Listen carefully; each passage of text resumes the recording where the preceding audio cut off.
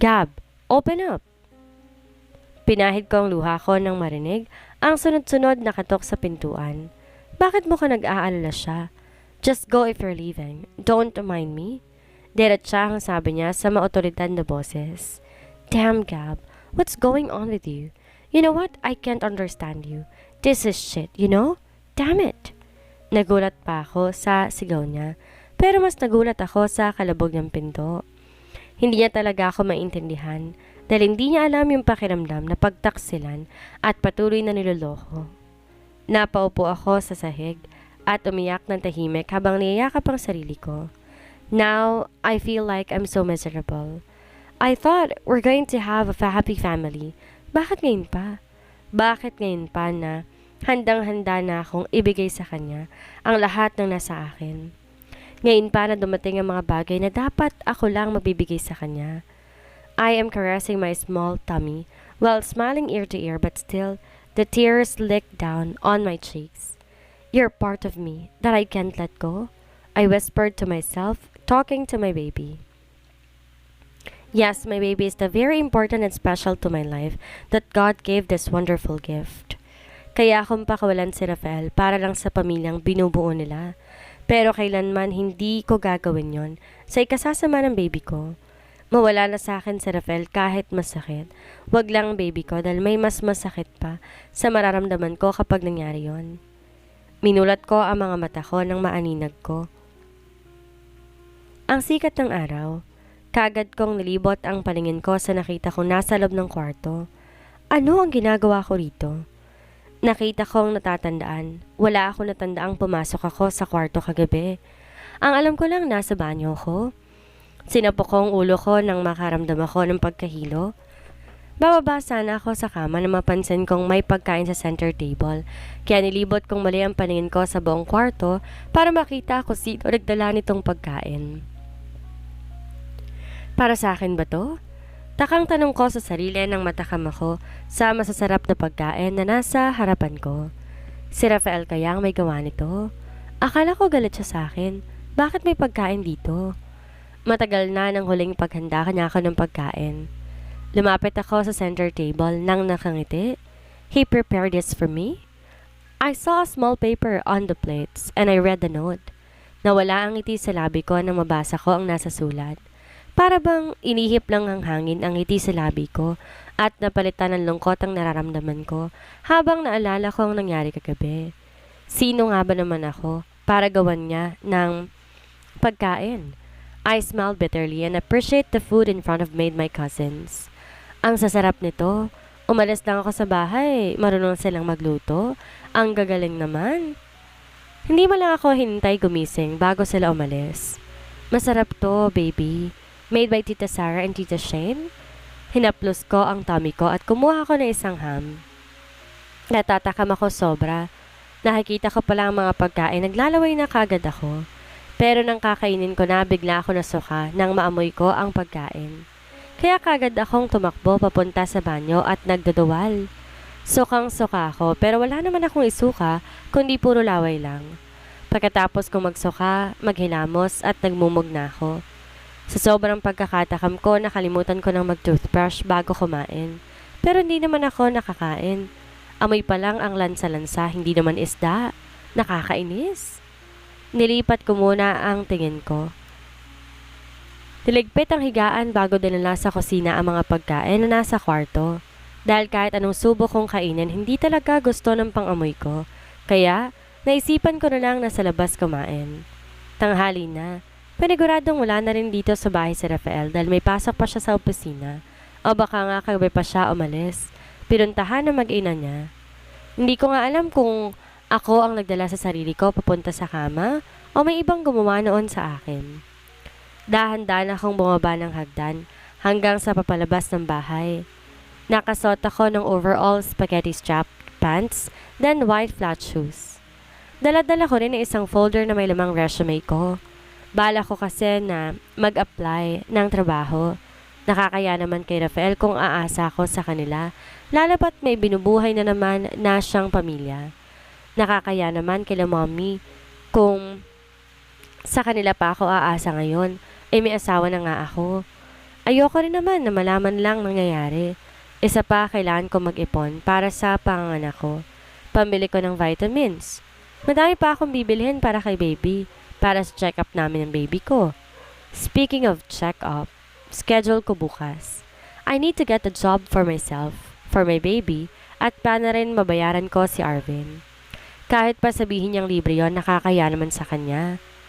Kagad akong sumakay sa sasakyan ko nang mapansin ko na wala ang sasakyan ni Rafael. Kanina pa siguro yun nakaalis. Kagad kong pinatakbo ang sasakyan ko papunta sa mall para mag-breakfast. After a few minutes, nakarating na rin ako sa car park at maingat ako naglakad papasok sa loob ng mall. Di pa naman halata ang baby ko kahit na I need to be careful, just what the doctor told me. Dahil nga tinatamad ako na maghanap ng ibang makakainan, sa Jollibee na lang ako kumain. Namiss ko na rin kasi dito. Umorder ako ng isang Chicken Joy Super Meal then float. Buti na lang hindi sumama ang pakiramdam ko, kaya't nakakain ako ng matiwasay at nabusog ako. Siguro nagustuhan din ng baby ko ang Jollibee. Wala pa akong trabahong nakikita na po pwede kong pasukan, kaya ayoko na munang gamitin ang pinag-aralan ko since kailangan ko lang naman ng temporary work kapag nakapanganak na ako, and then maybe I will find a job that suits to me. For now, I'll try to be a waitress or something. Basta yung may pagkakakitaan ako. Napalibot ako sa mall at napadaan ako sa isang nursery shop para sa mga baby. Pumasok ako doon at nakita ko na may mga ilan-ilang mag-asawa at buntis ang namimili. Kaya't napangiti ako kasi ang kaganda ng mga damit dito at ang cute pa. Napadaan ako sa mga damit na pambabae. Halos lahat ang gaganda. Gusto ko tuloy bilhin ang lahat na makikita ko. Pero bigla ako nag-alala na hindi ko pa alam ang gender ng baby ko. Isa pa, wala akong sariling pera para pambili ng mga kakailanganin ko. Kaya hanggang tingin na lang muna ako. Ang ganda nito, no? Sa tingin mo, bagay to sa baby ko? Napatin ako sa isang babae sa tabi ko habang hawak ang isang white dress na pambata. And I find it so cute. Ngumiti ako na makita ko ang baby niya, karga-karga ng daddy nito. She is so cute too. Ang taba-taba ng pisngi niya. Yes, ang cute naman ng baby mo, panigurado bagay yan sa kanya. Masaya ang tugon ko sa kanya. Sige, kukunin ko na nga to. Nga pala ha, binyag ng baby ko. Tsaka sana, bala kong ipasot to sa kanya. Invite kita ha. Nanlalaki ang mga mata ko dahil sa sinabi niya. Hala, ang bait niya naman. Seryoso? Ako? Di makapaniwalang tanong ko sa kanya. Sakto, hindi makakarating ang isang ninang ni baby. Kung ayos lang sa'yo pa, pwedeng ikaw na lang ang pumalit. Nagkatinginan na mag-asawa ng nakangiti. Pagkatapos sabihin niyo ng lalaki. Oo nga, pwede ka ba? Masayang tanong sa akin ng babae. First time ko na maalok ng ganito. Nakakatuwa kasi hindi kami magkakilala pero ang gaan ang loob ko sa kanya. Sure? Tinitigan ko kapag hindi ako nakagalaw, dinalaw ng hiya ko. Napangiti ang dalawa. Ano ka ba? Huwag mo kong tingnan. Ako nga pala si Annie and this is my husband, James. Pagpapakilala niya. Samantha. I'm Samantha. Then I accept her hands for shake hands and she looked at our hands. Napakunot ang noo ko na nakangiti siya sa akin na nakakaloko. You're married, aren't you? Ngayon ko lang na-realize na sa kamay niya ako nakatingin. Nahihiyang binawi ko ang kamay ko. Yeah, utal kong sabi at ngumiti. Where is he? Invite him to. We're glad to meet your husband. By the way, nice to meet you, Sam. Nakangiting sabi niya at may kinuha siya sa bag niya at inabot sa akin. This is my calling card and your invitation. I'd love if you call me tomorrow before we meet again. Paalam niya. Okay, thank you. Thank you for inviting me. Kumaway ako sa kanila. Ang cute naman ng baby nila. Sana baby girl. Ang baby ko dahil ang bakas ng ngiti sa labi niya kapag kasamang anak nila ni Patricia. I hope I can see him smile too with me and our unborn baby. Pagkatapos kong maglakad-lakad sa mall, hindi ko rin alam kung pupunta pa ba ako bukas o hindi. Pero sa tingin ko kasi kailangan ko munang makapaghanap ng trabaho. Kagad akong sumakay sa sasakyan at palingalinga sa aking mga nadadaanan, nagbabaka sakali na may hiring na shop na pwede kong pasukan. Nanlaki ang mata ko na may daanan akong isa na coffee shop na may nakalagay na hiring 2 girl waitress and 2 dishwasher. Siguro, pwede ako sa waiter? Kasi di naman ako masyado magaling maghugas. Mas lalong wala rin ako na experience na maging waiter. Sana matanggap ako. Wish me luck, baby. Nakangiting hinaplos ko ang tummy ko bago ako naglakad, bit-bit ang folder ko. Pagpasok ko, kagad kong nilibot ang paningin ko at nakita ko maganda ang buong paligid ng coffee shop. Halatang mamahalin lahat. Masarap din ang pagkain na siniserve nila. Hello ma'am, good afternoon. Pati sa akin na isang babae na sa tingin ko ay waitress na may dalang menu. Hi. Nakita ko kasi hiring kayo. Gusto ko sana mag-apply bilang waitress. Nakangiting sagot ko sa kanya. Kumunot ang noon niya at tinignan ako mula ulo hanggang paa. Seryoso? Mag-a-apply ka? Di halata ah. Teka lang, tatawagin ko si boss. Sumunod ka sa akin. Di makapaniwalang sambit niya. Siguro dahil sa pananamit ko kaya't hindi halata na naghahanap ako ng trabaho. Nakasunod lang ako sa kanya hanggang sa pumasok siya sa isang opisina. Naiwan muna ako saglit sa labas pero kagad niya rin akong binalikan. Kinakabahan ako sa pagpasok ko sa loob. Sana matanggap ako na may pera akong ipon. Nakangiting humarap ako sa boss kahit na labis-labis ang kaba sa dibdib ko. Nakita kong babae dahil sa itsura na nakatalikod na upuan. Halatang may pinagkakaabalahan. Ma'am, ito na po siya. Saad ng babaeng waitress. Okay, you can leave now. I heard her voice that makes me gulp like it's familiar. So, nice to meet you, miss. Sabi niya habang dahan-dahang iniikot ang upuan niya, papaharap sa akin. Hindi niya natuloy ang sasabihin niya nang makita ko. Maging ako ay natigilan nang makita ko siya at nanlaki ang mga mata ko. Oh my God! Sam? Annie? Sabay naming sabi. Napatayo pa siya habang buhat niya ang kanyang anak. Oh my God! What a coincidence! Ram Rafael Clyde. Abala ako sa pagbabasa ng mga kontratang dapat kong pirmahan. Dahil nakaugalian ko na ito ang magbasa bago pumirma. Mahirap na kasi baka may makasalisi. Nang marinig kong mahihinang katok sa pinto. Come in, I formally said, and I saw my secretary. Excuse me sir, Mr. Garcia wants to talk to you. Formal niyang sabi at tumango ako sa kanya. Senyas na papasukin niyang besita. Make us coffee. Turuan ko pa sa kanya. Ano naman kayang sadya ng ama ni Gab at talagang pumunta ka pa rito? What a workaholic son-in-law I have. Hindi ka nawalan ka na niya ng oras. Para sa anak ko? Bungad niya na ikinatayo ko. Ngumiti ako sa kanya at sinalubong siya. Pa, what brought you here? Nakipagkamay ako sa kanya. I personally came here to talk to you. Sana hindi ako nakakaistorbo. Umiling ako at sumenya sa kanya na umupo sa visitor's chair. No, by the way, what's the matter all about? Naupo ako sa karap na upuan sa harapan ng lamesa ko. About my daughter. Napanunok ako sa sinabi niya. Wala ko nakikitang emosyon sa mukha niya. Iba ang kanyang mga tingin at hindi ko malaman kung ano nga ba ang tungkol kay Gab ang gusto niyang pag-usapan. Wala akong nakikitang problema, maliban na lamang kung malalaman nilang tungkol sa anak namin ni Patricia. I want you to know that I got everything. Connection to my daughter's account. Ibig sabihin pinagkakatiwala ko na sa'yo ng buo ang anak ko. Mula sa araw na to, wala siya matatanggap na kahit isang sentimo sa akin. Sa totoo lang, ayokong gawin to pero sa sinabi ng asawa ko, itong tama. He paused. Naiintindihan ko po. Ako pong bahala sa anak ninyo. Sagot ko. Alam ko na ang ibig niyang sabihin. Di na siya magbibigay ng allowance na Gabat bilang asawa niya. Ako na dapat magbibigay nun sa kanya. Mga pangailangan at kagustuhan niya. Gusto ko makasigurado magiging maayos ang buhay ng anak ko sa piling mo. Isang bagay lang hihilingin ko sa'yo. Pakalmahin mo siya higit sa pagmamahal na binibigay ko sa kanya. Sana hindi ka magsawa sa ugaling meron siya. Napahinto siya sa pagsasalita nang marinig ang mahinang katok at pumasok ang sekretary ko. May dalang 2 tasa ng kape. Thanks. Saad ko nang malapag nito ang kape at agad ding umalis. Don't worry pa. I will give everything she needed and she wanted. I assure you na lahat ng bagay na nakukuha niya noon, Sisiguraduhin kong hindi magbabago yon, higit pa sa kung anong meron siya.